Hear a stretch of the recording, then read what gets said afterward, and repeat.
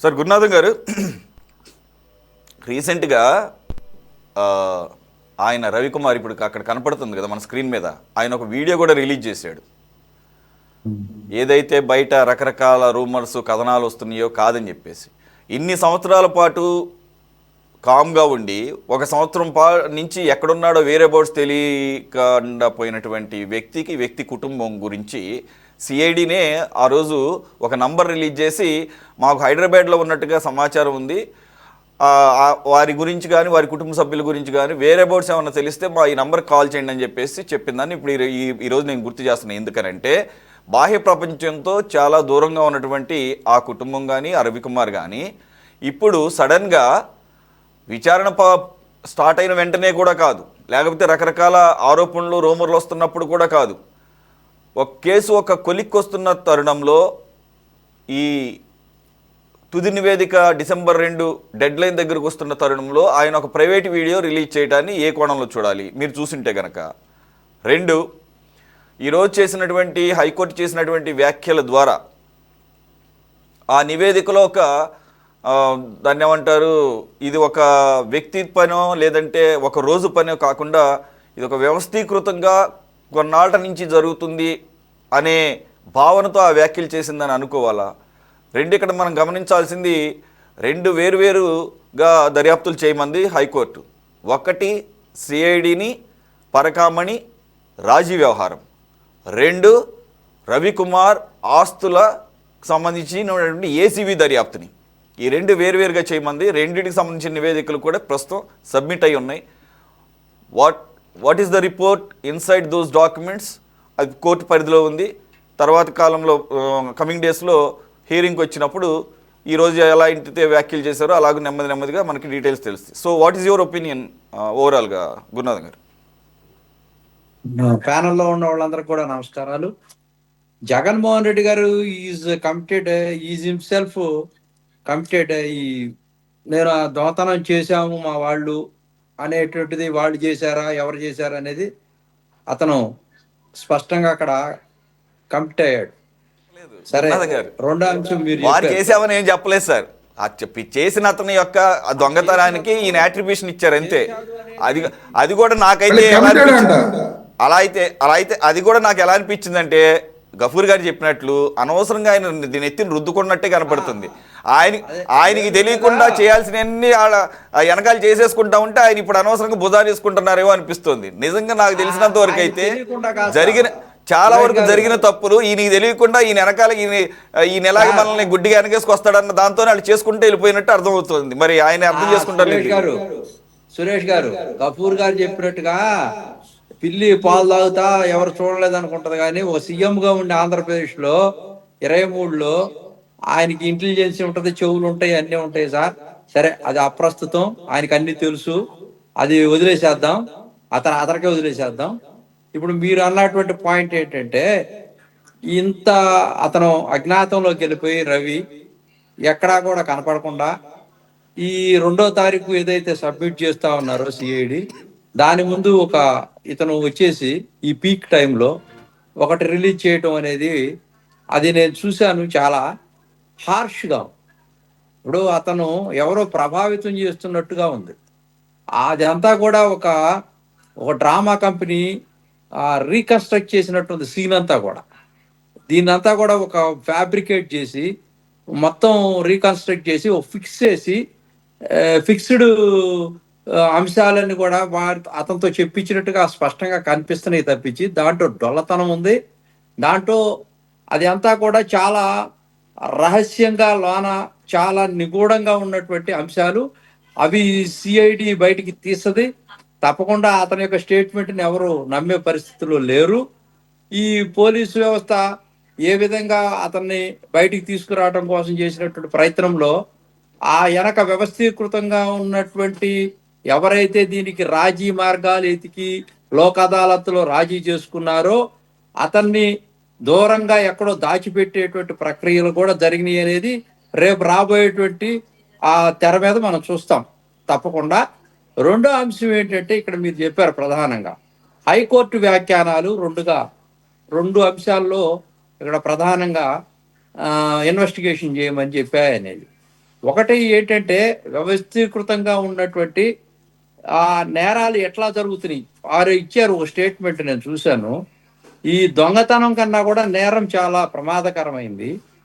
ఇక్కడ జరుగుతుంది ఏంటంటే ఈ ఎప్పుడో నుంచి, ఇవాళ కాదు, ఈ వ్యవస్థలో ఈ అవుట్ సోర్సింగ్ అనేటువంటి విధానం తీసుకురావటం వల్ల ఈ ఎంప్లాయ్మెంట్ జనరేట్ చేసేటువంటి కార్యక్రమంలో ప్రభుత్వాలు వీళ్ళకి రెస్పాన్సిబిలిటీ లేకుండా పోతా ఉంది. వాళ్ళకి ఎవరు కూడా ఏం చేసినా కూడా మేము అవుట్ సోర్సింగ్ కాబట్టి ఏదో 18,000కు 25,000కు వస్తున్నాము, మన మీద చర్యలు తీసుకోవడానికి సర్వీస్ రూల్స్ ఏమి లేవు కాబట్టి మనం ఏ తప్పైనా చేయొచ్చు అనేటువంటి ఒక అంశం. రెండోది, అసలు పరకామణి అంటే నేను కూడా మిమ్మల్ని ఒకటి అడుగుతా ఉన్నాను సార్. చాలా మంది ఏమనుకుంటున్నారు తెలుసా, నన్ను చాలా మంది అడిగారు, పరకామణి అంటే ఏంటి, పరకామణి అంటే ఇది సినిమా టైటిలా లేకపోతే ఇది ఏంటి, చాలా మందికి అర్థం కావట్లేదు సార్ అన్న. నేను అన్నా, పరకో పాతికో తీసుకొని అంటారు చూసారా, డబ్బు రూపంలో ఉండేటువంటి దాంట్లో కౌంట్ చేసేటువంటి దాంట్లో అదంతా కానుకల్ని కౌంట్ చేసేటువంటి ఒక ప్రాంతాన్ని పరకామణి దానికి నామకరణం చేశారు. దాంట్లో అందరూ కూర్చొని ఓపెన్గా అన్ని కానుకలన్నీ కూడా లెక్కిస్తూ ఉంటారు.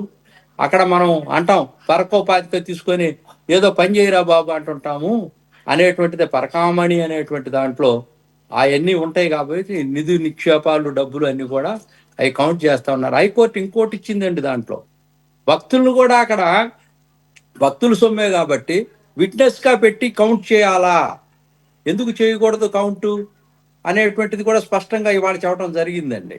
అది కూడా ఒక విధంగా ఈ హైకోర్టు ఏ విధంగా వ్యాఖ్యానాలు చేస్తుందంటే, ఇక్కడ మీరు రాజీ చేసుకోవటం అనేది ఎంత మటుకి సబాబు, వాళ్ళు అడుగుతుంది ఏంటంటే రాజీ కాదు, డబ్బులు రికవరీ కాదు, వెన్నులో వణుకు పుట్టేటట్టుగా అతనికి శిక్ష పడాలా, శిక్ష పడకుండా రాజీ చేసుకోవటానికి చట్టంలో ఏ అంశాలు ఉపకరించినాయి, అప్పుడు వీళ్ళకి రాజీ చేయడానికి అసలు సతీష్ కుమార్ అనేటువంటి వ్యక్తి అసలు ఎందుకు కేసు పెట్టాడు, ఎందుకు అతను మళ్ళా రాజీకి వెళ్ళాడు, దీని వెనక ఏముంది కర్టన్ బిహైండ్. రవికుమార్ని మాకు మీరు దోచేసినటువంటి డబ్బు మొత్తంలో కూడా మాకు కూడా భాగస్వామ్యం అని వీళ్ళు ఎనక కర్టన్ బిహైండ్ మాట్లాడుకున్నారా, మాట్లాడుకున్న తర్వాత అవన్నీ కూడా జరగలేదు కాబట్టి బ్లాక్మెయిల్ చేసి అతను వచ్చి కేసు పెట్టడం జరిగిందా, ఆ కేసు పెట్టినటువంటి నేపథ్యంలో అసలు ఏమి ఎందుకు మళ్ళా బేరసారాలు జరిగిన తర్వాత సుబ్బారెడ్డి గారు ఆ రోజున చైర్మన్ గా ఉన్నప్పుడు అక్కడ ఉన్నటువంటి ఎవరెవరు దీనికోసం చేశారనేది అంత పెద్ద పాలక మండలి ఉన్నప్పుడు చైర్మన్ గారికి తెలియకుండా ఇంటర్నల్ గా అంత పెద్ద అంశం రాజీకి వెళ్ళిందంటే లోక్ అదాలత్లో అది నమ్మశక్యమైనటువంటి దెయ్యాలు వేదాలు వల్లించినట్టుగా ఉందే. కానీ ఒక దేవుడి సన్నిధిలో ఒక చైర్మన్ గా ఉండి వాడు చెప్పేటువంటి మాటలకి చేసేటువంటి చేతలకి అసలు ఎక్కడా పొంతన లేదండి. ఇవన్నీ కూడా నిగూఢంగా వ్యవస్థీకృతంగా ఎన్ని సంవత్సరాల నుంచో ఒక నేర హృదయంతో నేర మనసులతో అక్కడ ఉన్నటువంటి వాళ్ళు చాలా మంది దీంట్లో ఇన్వాల్వ్ అయ్యారనేది నాకు స్పష్టంగా మనం డిస్కస్ చేస్తున్నటువంటి నేపథ్యంలో అందరికి కూడా తెలుస్తున్నటువంటి అంశం. దీనికి హైకోర్టు ఈ రెండు విధాలుగా ఇప్పుడు దీన్ని తీసుకొని రెండు అంశాల్లో ఫుల్గా ఇన్వాల్వ్ అయ్యి చేయాలనేటువంటి అంశంలో ఉంది. తెలుగుదేశం పార్టీ అధికారంలో ఉంది, చంద్రబాబు నాయుడు గారు మరి ఇప్పుడు ఉన్నటువంటి పరిస్థితుల్లో మేము బిజీగా లేము. గఫూర్ గారు ఇందాక చెప్పారు, అక్కడ ఉన్నటువంటి కొంతమంది చనిపోవటం, ఆ బిజీలో ఉండటం, గవర్నమెంట్ ఇదంతా ఏంది ఆ తలకాయ నొప్పి కాదు. Government sir very clear. ఈ రోజున ఎవరైతే శ్రీనివాస్ గారు పిటిషన్ వేశారో, పబ్లిక్ పిల్ వేశారో, అక్కడి నుంచి హైకోర్టు ఇచ్చినటువంటి డైరెక్షన్ల మేరకు మా సిబిఐ బ్రహ్మాండమైనటువంటి ఫలితాలతో ఎందుకు వేయాల్సి వచ్చింది సార్? ఒక్క నిమిషం ఆగండి. ఒక జర్నలిస్టు పట్టించుకోవడం లేదని చెప్పేసి, టీటీడీ ఫిర్యాదు చేసినా పట్టించుకోవడం లేదని చెప్పేసి హైకోర్టుకి వెళ్ళి పిల్లి ఎందుకు వేయాల్సి వచ్చింది? గఫూర్ గారు ఇంకా మీకు కొద్దిగా ఒక నిమిషం ఆగండి, మీకు కొద్దిగా బ్యాకప్ ఇచ్చారు. మీరు దాన్ని కూడా అర్థం చేసుకోలేదు. మీ నిర్లిప్తత లేదంటే మీ అనుమానాస్పదంగా మీ వైఖరి ఉందని చెప్పేసి గమనించాడు కాబట్టే ఆ విలేకరి పిల్లేయాల్సి వచ్చింది. ఆ పిల్ని బేస్ చేసుకుని హైకోర్టు సిఐడికి అప్పచెప్పింది. సిఐడికి అప్పచెప్పిన తర్వాత కూడా మనలో చలనం లేదు. మనలో అంటే సిఐడిలో చలనం లేకుండా నెక్స్ట్ హీరింగ్ వచ్చినప్పుడు మీరు చెప్పినటువంటి పోస్టింగు సిఐడిలో లేదు సార్ అని చెప్పేసి తాపీగా మాట్లాడితే వెంటనే చెప్పాలి కదా, బుర్రలు పనిచేయటం లేదా, నిద్రపోతున్నారా అని చెప్పేసి పోస్టింగ్ ఉన్న నెక్స్ట్ దానికి అసైన్ చేసింది. అది సిఐడి మీద హైకోర్టు ఆగ్రహం వ్యక్తం చేసినటువంటి తీరు. కమింగ్ టు టీటీడీ కౌంటర్ ఏమయ్యా అంటే, కౌంటర్ వేయకుండా నెక్స్ట్ హియరింగ్కి మాకు ఇంకా టైం కావాలి అని అడిగితే ఇంకొక 10 రోజులు నిద్రపోతున్నారా? టీటీడీ చైర్మన్ దగ్గర నుంచి ఈవోల దగ్గర నుంచి అధికారులంతా నిద్రపోతున్నారా? ఎలాగుంది వ్యవహారం అని చెప్పి ఇంకొకటి నేను చెప్పడం మర్చిపోయా. సిఐడి నీ అత్యంతలు వేసేటప్పుడు ఇప్పుడు మిమ్మల్ని ఆ రోజు ఏమని చెప్పాము మేము, ఇమ్మీడియట్గా వెళ్ళి ఆ పరకామణి రికార్డ్స్ని సీజ్ చేయమన్నాం. మీరు ఇంత డిలే చేయడం మూలంగా అవి మొత్తం ట్యాంపర్ అయిపోయి ఉంటాయి. ఇప్పుడు నేను చెప్పి మీరు వెళ్ళేసరికి ఆల్రెడీ అవి ట్యాంపర్ అయిపోయిన వాటిని మీరు తీసుకోవడం వల్ల ఉపయోగం ఏంటని చెప్పేసి అక్షంతలు వేసింది సిఐడికి. టీటీడీ విషయంలో మీరు ఒక 20,000 ఫైన్ కట్టండి, కౌంటర్ టైంలో వేయలేకపోతున్నారు, మీరు నిద్రపోతున్నారు కాబట్టి మేలుకొని ఒక 20,000 కట్టండి అని చెప్పేసి కౌంటర్ వేయడానికి అవకాశం ఇచ్చింది. ఇది ఈ ప్రభుత్వం వచ్చిన తర్వాత మీరు ఎంత బిజీగా ఉన్నారని చెప్పేసి చెప్పినా, తర్వాత హైకోర్టు లేపాలని ప్రయత్నం చేసినా కానీ లేవకుండా ముద్దు నిద్రపోతుంటే మిమ్మల్ని సోలాలతో పొడిచి పంపిస్తే ఈ మాత్రం ఒక కొలిక్కి వచ్చింది. ఓకేనా సార్? సురేష్ గారు ఒక్క పాయింట్ సార్ ఒక్కటి.